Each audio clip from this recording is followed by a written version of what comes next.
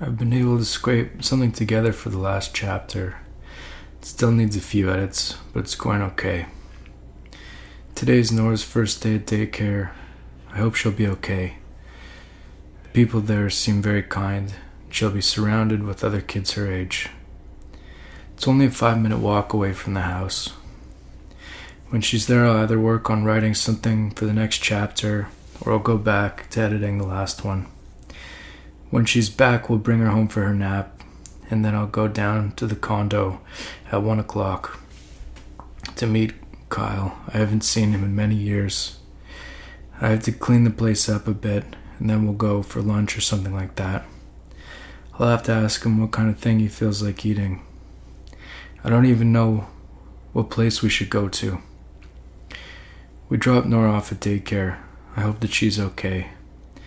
She didn't cry or anything while we were there. I hope she isn't frightened when she realizes we aren't there with her. I hope she'll have fun with all the toys there, with all the other kids. She'll be distracted. We'll go back to get her in an hour or so. She did well at daycare. She cried when she saw Miriam. They said for the most part she was okay, but she did cry, especially when she saw others crying. They had to change her shirts and she got watermelon on hers, but we were happy to hear she got watermelon, her favorite fruit. I seem to be sitting here in a decently calm state, without the strongest inclination to write more. I had a good visit with Kyle yesterday. We sat on the back porch of some bar. I had a Diet Coke. He drank his beer. We talked about everything we could. He's an old friend. He's forgiving. I appreciated us being able to sit there. I feel like I had a lot to say about it, but I'm not sure how to approach it right now. When I was pushing Nora's stroller, I felt how difficult it can be to explain to people what's going on. As I walked past the police station towards the daycare, I wondered if I would even be able to speak to the people there without stuttering in some way. And I could sense that as anxiety. I have an exceptional anxiety. I've been trying to recognize it lately, to consider what information it is trying to relay to me, perhaps beneath it, if I'm able to calm the discomfort of it. We got a message from the daycare. Hi Miriam, we're calling to let you know that Nora is doing really well. She is settling into the classroom, and although there are some tears here and there, she's really transitioning so nicely. She's building towers with her teacher and she's settling in, so we're very proud of her. So we'll keep you posted, and you can always give a call here at the school if you have any questions. Have a good day. Bye. Last week, I read the essay from Carl Jung. There was a lot of important points in it, but I think that in a lot of ways, it's quite antithetical to what I've been doing. In regard to the amount of neuroses that I include within what I'm saying, he is lenient on it, but I think that neuroses is worth articulating.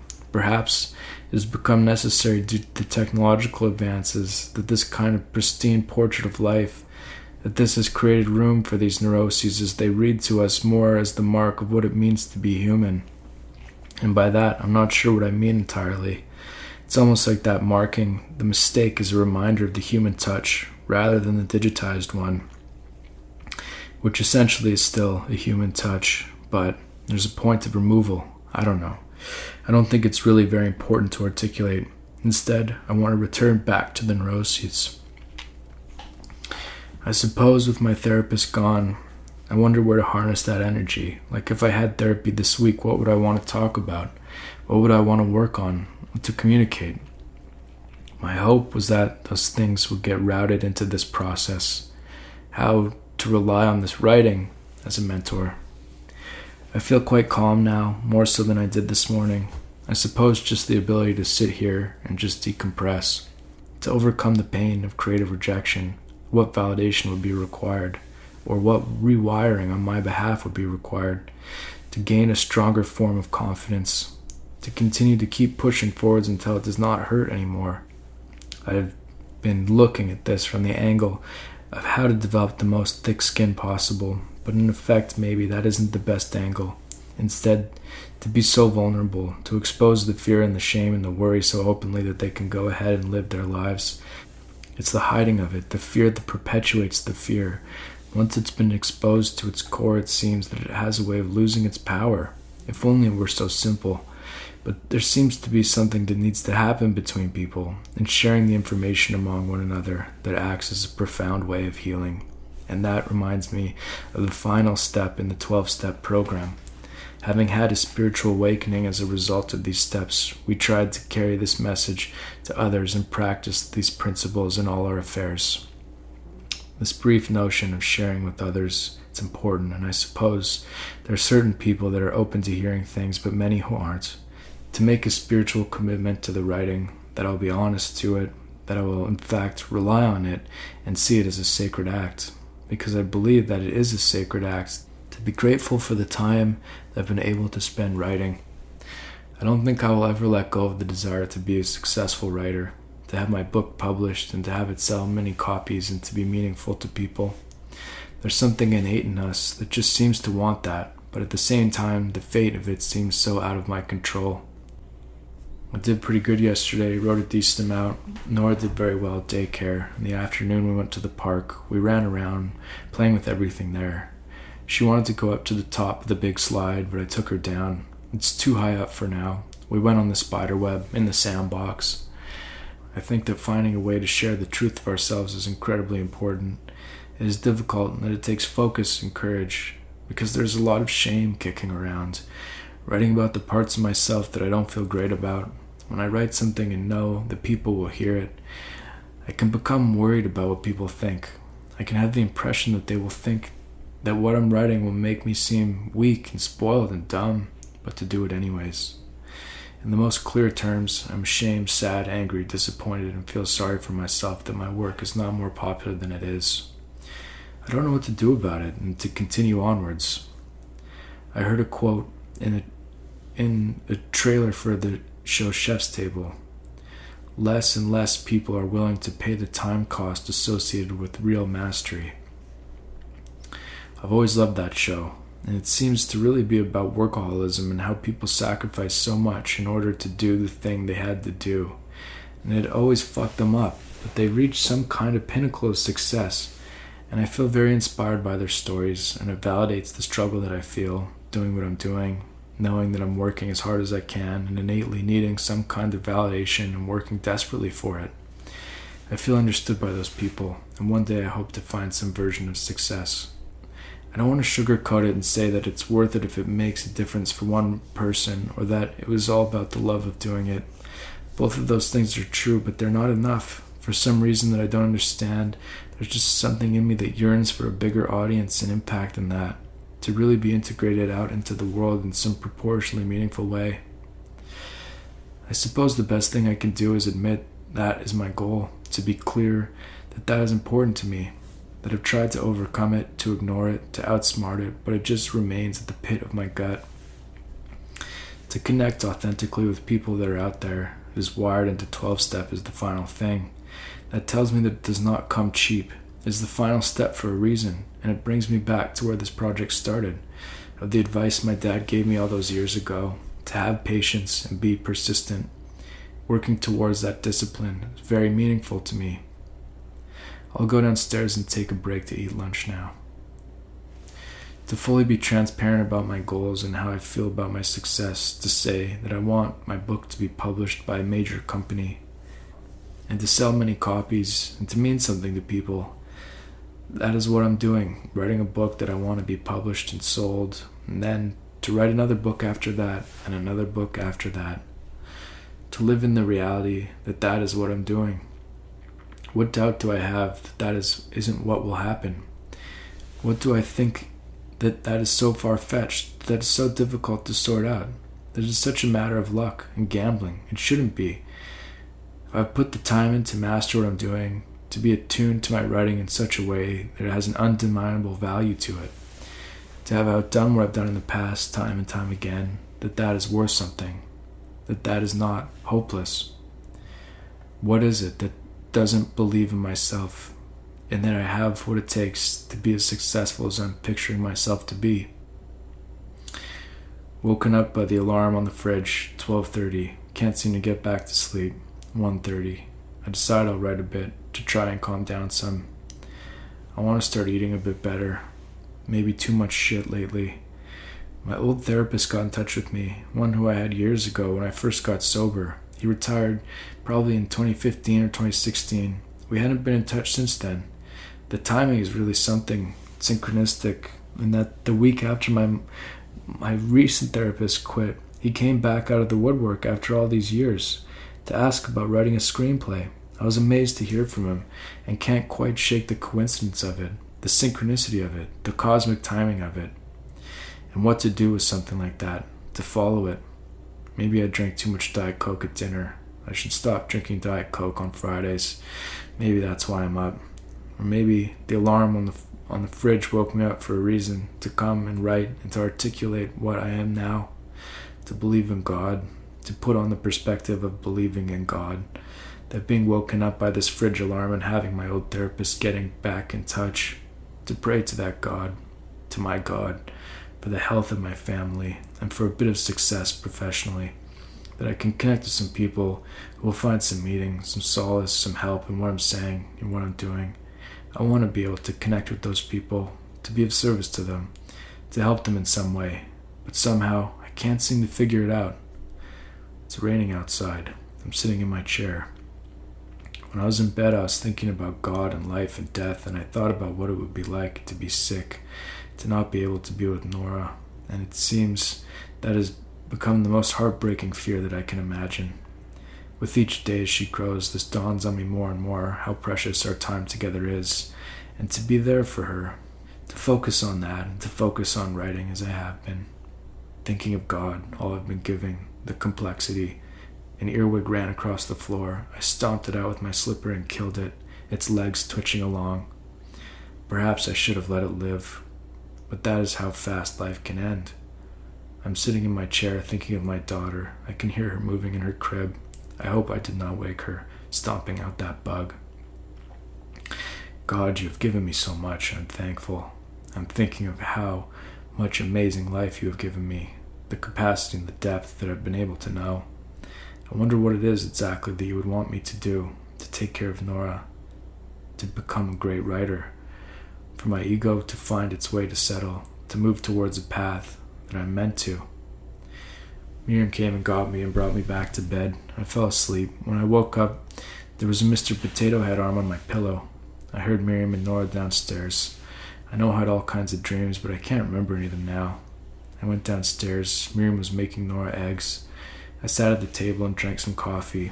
I thought about how I'd felt in the night, in such a fit of intensity. How much I'd thought about death and God. Those massive themes came bursting in my mind.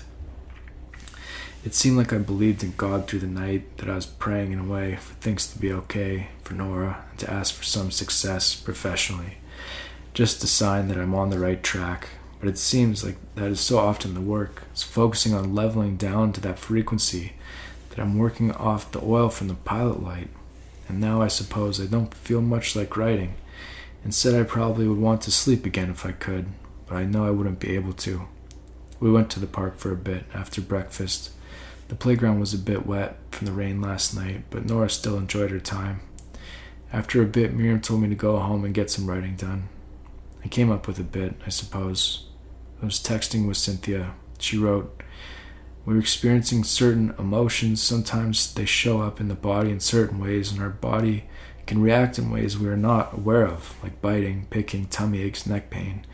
It means we've gone past the threshold of our capacity at the moment, and it can be helpful to check in and number it even. There's other ways we can help our body regulate, like breathing, stretching, mindfulness, that inflict less harm to our bodies." I was reading Montaigne, thinking of my flaws, my insecurities, my desire for success I don't have, what my perceived flaws are to myself. I sat with the book in my lap peacefully and did not read. More so, stared with content, thinking peacefully, not writing, not reading, thinking of things, thinking of Kyle and the friends who had messaged me this week for no reason, and thinking of my book and how maybe I will barely edit any of it, that I already did the work properly. I went into the kitchen and cut up a red pepper, and it tasted so sweet, and I felt better about things.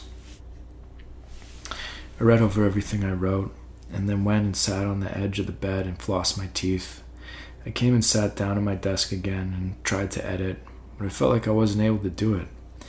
And so I'm sitting now trying to be calm, thinking about the anxiety that I feel, trying to relax my stomach, to take some deeper breaths, to unclench my jaw. I can't seem to focus. I feel lazy and unclear. More than anything, I feel uncomfortable.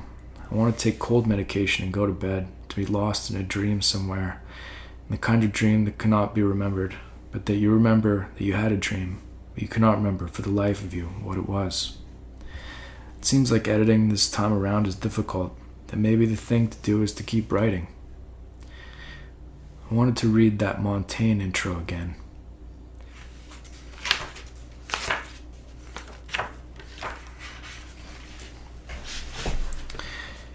You have here, reader, a book whose faith can be trusted, a book which warns you from the start that I have set myself no other end but a private family one. I have not been concerned to serve you, nor my reputation. My powers are inadequate for such a design. I have dedicated this book to the private benefit of my friends and kinsmen, so that, having lost me, as they must do soon, they can find here again some traits of my character and of my humors. They will thus keep their knowledge of me more full, more alive. If my design had been to seek the favor of the world, I would have decked myself out better and presented myself in a studied gait. Here I want to be seen in my simple, natural, everyday fashion, without striving or artifice, for it is my own self that I am painting. Here, drawn from life, you will read of my defects and my native form so far as respect for social convention allows. For had I found myself among those people who are said to still live under the sweet liberty of nature's primal laws, I can assure you that I would most willingly have portrayed myself whole and wholly naked. And therefore, reader, I myself am the subject of my book. It is not reasonable that you should employ your leisure on a topic so frivolous and so vain. Therefore, farewell, from Montaigne, the 1st of March, 1580. I suppose the difference is that somehow I think that my book should employ the leisure of those who come across it. But as the world is showing me in my lack of readership, maybe Montaigne had a point. But I know he was wrong, and that people, total strangers, have been interested in his work for hundreds of years. I cannot help but want to be published and read for writing about myself. It seems like a flaw, but it is the truth, and I cannot seem to talk myself out of it. So a full admission is required on my behalf of my desire to be successful. I hope it is not pathetic to admit that, but it's true. It seems like this book, that maybe it is time to end it, that there is no conclusion to come to. I hope there was something I've come up with along the way with it, but I can't remember. I can't grasp it all. I don't know what's there. The depression that I feel lately, it seems that it very much is there. I don't know why or what to do with it at this point. Maybe it is because I'm still fighting this bug I got last week. Maybe I'm burnt out. Maybe it is difficult to hold the weight of this book in the way that I have been. Maybe it's the writing. It's making things worse for me. To be productive through it, it seems like my only defense a lot of the time. That if I wade through it, that if I sit through it, that it will break like any storm. And it seems right now, today, the past week or two, I've been under the spell of a certain kind of sadness that I cannot describe well. But this cannot be a point to end. I cannot end on such a low note. I have to keep going and find some way sorting through all this. That either out of strength or understanding or something, that I will find some proper idea to build towards. That maybe the thing to do is to stop, to let it go. To success. I'm unsure as to what it is I meant to do. That you have held out on me, that I still have not done enough to earn a kind of recognition that suits me, that despite all that I have, it still causes me so much pain and discomfort, that these years of trying, of writing to the extent that I have, it seems a lot of the time that I'm only moving farther away from where I want to be, that I've already missed my chance. I ask your forgiveness and your mercy that you will help me with something, enough to keep me going. It seems as though in this moment I must admit my defeat, that this idea from the gate, that with force and volume that I could conquer, but I'm beat down now by every word that I've knocked out over these past months. As the summer ends and we move into fall, I'm broken down, and that perhaps continuing, I don't know. To admit how difficult this has been, how hard writing is, day after day. Still, I'm compelled to keep doing it. For no pay, for nothing. That is what it's always been. There's no reason why my work shouldn't be known. There's no reason why it should be as unknown as it is, but that's the truth. That side of me that will not let go of the pursuit of recognition. My friend, it is time to let it go. You have worked so hard. You've worked as hard as you have been able to all these years, but it is time now to let it go, to let it into the hands of whatever else is out there. And for you now, it seems as though when you try to rest, when you let it go, the depression begins like foam, slowly flooding the amount of sadness that is beneath all of this, that's beneath the fortress I've tried to build to protect myself from what is there. And it seems I cannot build this thing alone, that I would have liked to, but that it cannot stand without the help of some others.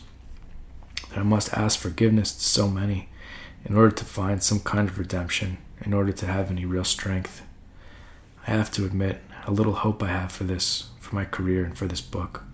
I know Montaigne's point, but I want to ask him if he put his dignity aside, what his dream was for all that he wrote. And it seems I feel better somewhat as I take my friend off of the wire.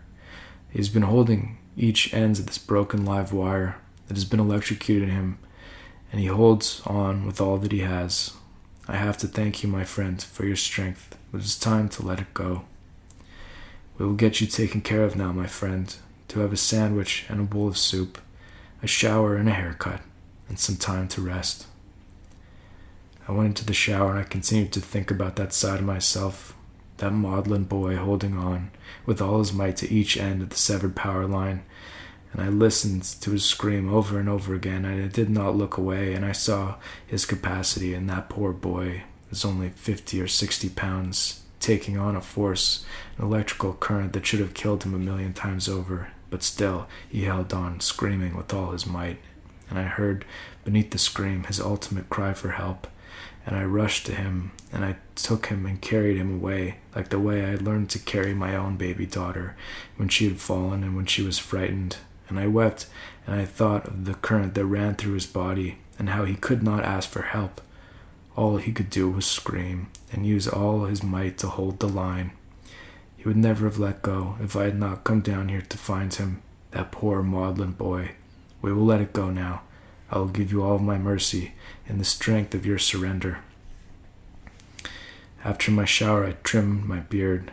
Miriam said that she liked how it looked, and I think she could see that the storm had passed, that my mood had lightened some. The house was quiet. Nora was sleeping in her crib. As I walked down the stairs to begin making some soup, I stopped and realized that the act of writing, as difficult as it is, it had saved me on this drab Sunday morning, and that it was not snake oil, that this act of writing was how I had learned to be in the world. That is who I was. And that to you, dear reader, I must make you the promise that sitting to write in whatever way you can, with your commitment and discipline, with all that you have, it will be there for you. It will be very difficult, but it will be some light to you, no matter what it is. It will be some light.